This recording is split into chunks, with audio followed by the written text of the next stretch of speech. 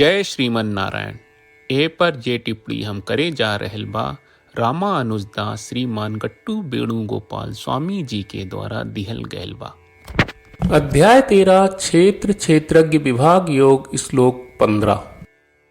बहिरन्तश्च भूतानाम् अचरं चरमेव च सूक्ष्मत्वात् तदविज्ञेयं दूरस्थञ्च अन्तिके च तत्। ओम। गीताचार्य श्री कृष्ण परमात्मा अर्जुन समेत हमनी सबे के क्षेत्र क्षेत्रज्ञ विभाग योग सिखा रहल बानी। परमात्मा कहत बाड़न, अर्जुन, जब कर्म के कारण आत्मा कौनो शरीर में निवास करेला और शरीर पंच तत्व आ पंचभूत से बनल होला, ऐसे आत्मा ऊ पंच तत्वन में निवास करेला। जब कर्म बंधन खत्म हो जाला त आत्मा पंचभूत से बाहर निकल के पंचभूत से बाहर ही रहला। मुक्ति मिलेला पर आत्मा कर्म के कारण शरीर ग्रहण करे के विपरीत आपन मर्जी से शरीर ग्रहण करेला। ई तरह से कौनो भी प्रकार के शरीर में आत्मा शरीर के भीतर और बाहर निवास करेले। जब आत्मा चलत शरीर में होके ता आत्मा ऊ शरीर के माध्यम से चलेले। जब आत्मा अचल शरीर में होके ता आत्मा ना चलेला। हालांकि आत्मा बिना शरीर के चल सकेले। आत्मा सूक्ष्म होला, फिर भी एकरा में सर्वज्ञता जैसन अद्भुत गुण होला और यही से ई बेहद सूक्ष्म होला और एकरा के केहू समझ ना सकेला।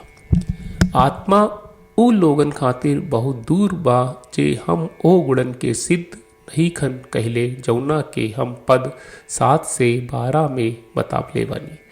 उ लोग के बहुत करीब बा जे उ गुणन के सिद्ध कहले बा। यही तरह से श्री कृष्ण परमात्मा आत्मा के स्वभाव के बारे में बता रहल बाड़े।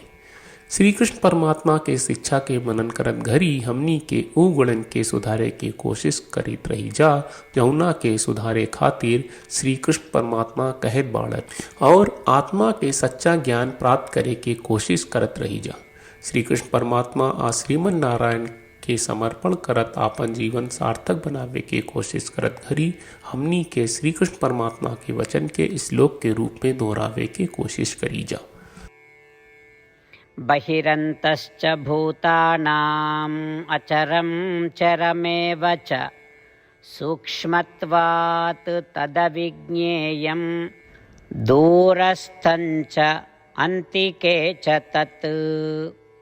श्रीमद् भगवत गीता का पूरा सार श्री कृष्ण परमात्मा ने अध्याय 18वें के श्लोक 65 से 70 में 8 काम करे खातिर देले बाड़े। श्री कृष्ण कहले, हम ओ लोगन से प्रेम करनी जो लोग इन 8 बातन के मान तारे। हम ओ भक्तन के हर तरह से रक्षा करब। श्री कृष्ण परमात्मा के द्वारा बोलल गईल संपूर्ण भगवत गीता सुनला के बाद अर्जुन कहले, करिष्ये वचनम त्वा, जेके मतलब बा, कृष्ण मैं उही करब जौन आप कही। यही कारण बा श्री कृष्ण अर्जुन के हर तरह के सफलता आ विजय प्रदान करेले। आई परमात्मा के आपन व्रत देई कि हमनी के ये 8 गौ कर्म के पालन करी जा। ई वचन परमात्मा के देवे से बड़न कौनो पूजा तपस्या यज्ञ नहीं। हम 8 प्रण कहब जौन हमनी के करे के चाहिए। आप सब कृपया इन्हन के आपन दिमाग और दिल में सोची। श्री कृष्ण के आपन वचन देवे के ई तरीका में हमनी सबकी कल्पना करे के चाहिए कि श्री कृष्ण का चेहरा खुशी से चमकत बा और खुशी के एहसास करत बा। जय श्रीमन नारायण।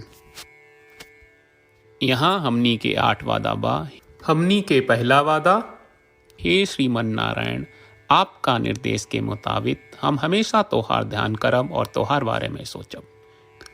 हमनी के दूसरा वादा, हे श्रीमन नारायण, आपका सलाह का अनुसार हम हमेशा आपका भक्त रहब।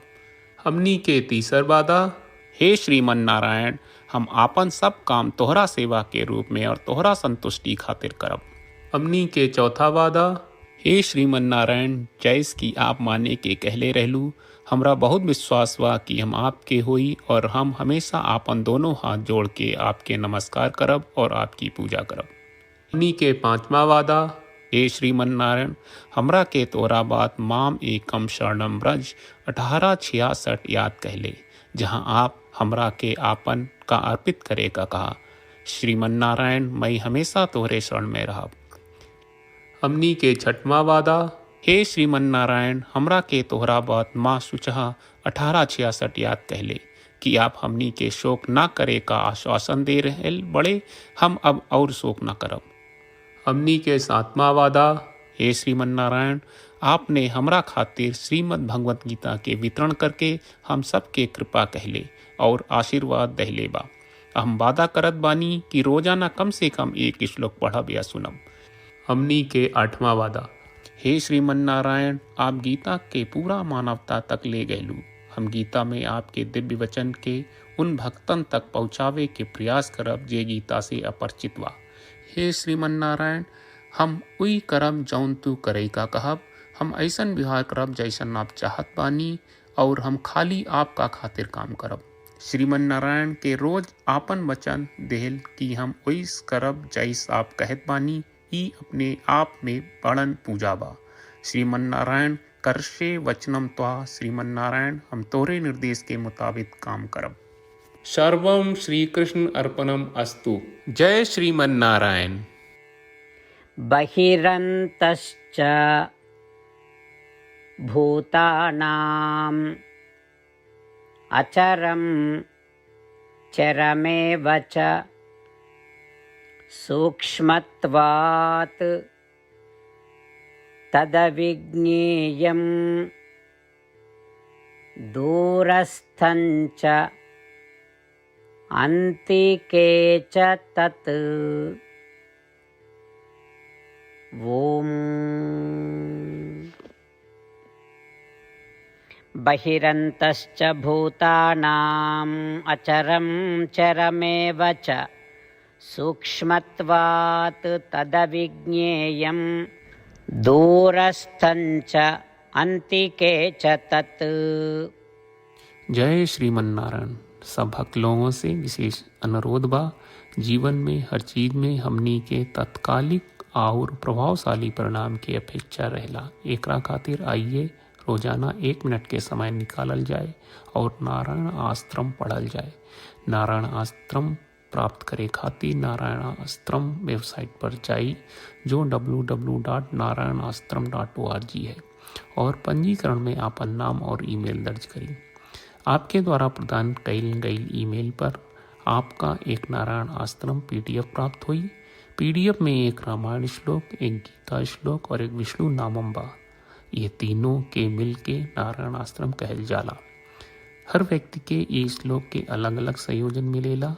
जब हर कोई 24,000 भक्तन के साथ रोजाना आपन नारायण आश्रम पढ़त आ सुनत बा, ता हर दिन संपूर्ण रामायण का 1 दौर, श्रीमद् भगवत गीता पारायण के 33 दौर और श्री विष्णु सहस्त्रनाम स्तोत्र पारायण के 24 दौर प्रतिदिन पूरा होएला। ई एक बहुत ही उल्लेखनीय और विलक्षण परिणाम बा, जौन हर एक दिन ऐस करे से निकलेला। ई कारण बा कि आप और आपके परिवार के सदस्य तुरते जाके आपन नारायण आश्रम प्राप्त करी। जय श्रीमन नारायण।